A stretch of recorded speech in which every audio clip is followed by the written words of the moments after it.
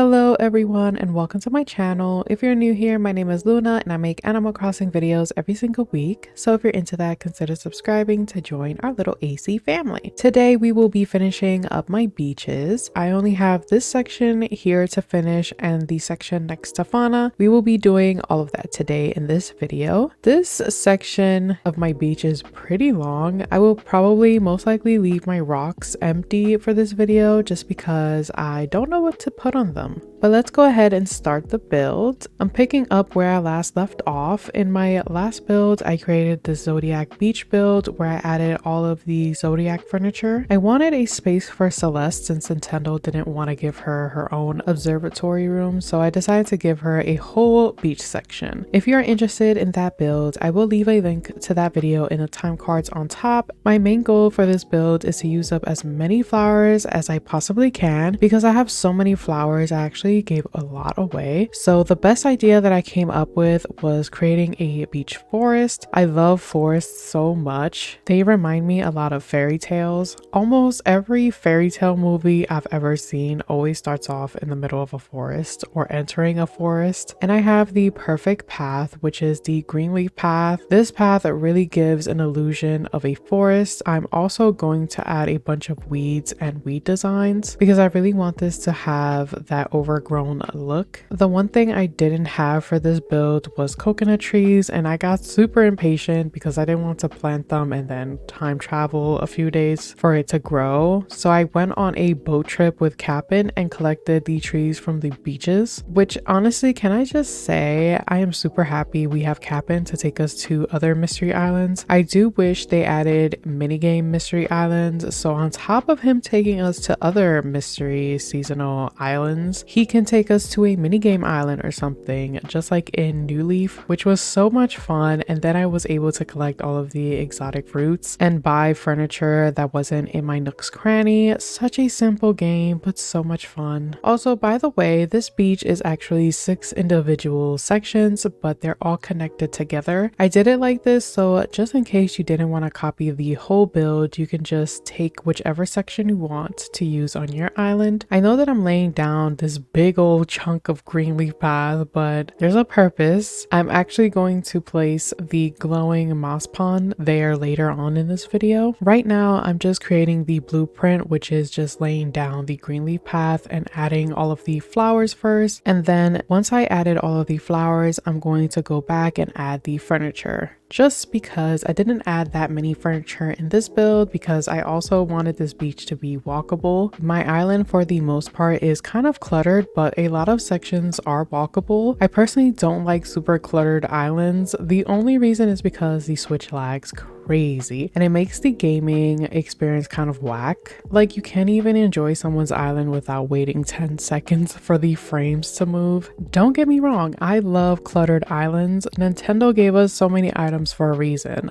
I just wish the Switch can hold up to all of the beauty. I almost bought an OLED because I was so over the lag. If any of you guys have an OLED, let me know what you guys think of it because I kind of want to trade one of my many Switches for it, but I don't know. But anyways, I'm just filling up all of the little empty spaces. Also, I've been using this log path that I found on Pinterest a while ago, and can I just say I absolutely love this path so much, especially here in this really tight space where I had no idea what to put here, and this just fits so perfectly. Now onto the last section of this build. I am just marking off where I'm going to put the flowers and the coconut tree. I didn't want to cover up my little peninsula area in the back, so I just put the coconut tree on this side so that it's not blocking that area. You know, honestly, now that I'm finishing up this island, I'm gonna miss it a lot. I really love the spring fairycore theme. It just makes me feel so good every time I logged on and started decorating. But I am super excited to start the next island. I'm going to flatten and remove everything from my first fairycore island, which was my Rosebell Island. I was going back and forth with the idea of restarting, but I really like my airport color and I really like my map a lot. I also like the placement of the resident services and I love my rock formations. There are just so many things that I like about that island that just made me not want to restart. So I was like, no, I'm just going to flatten everything, even though it takes a while.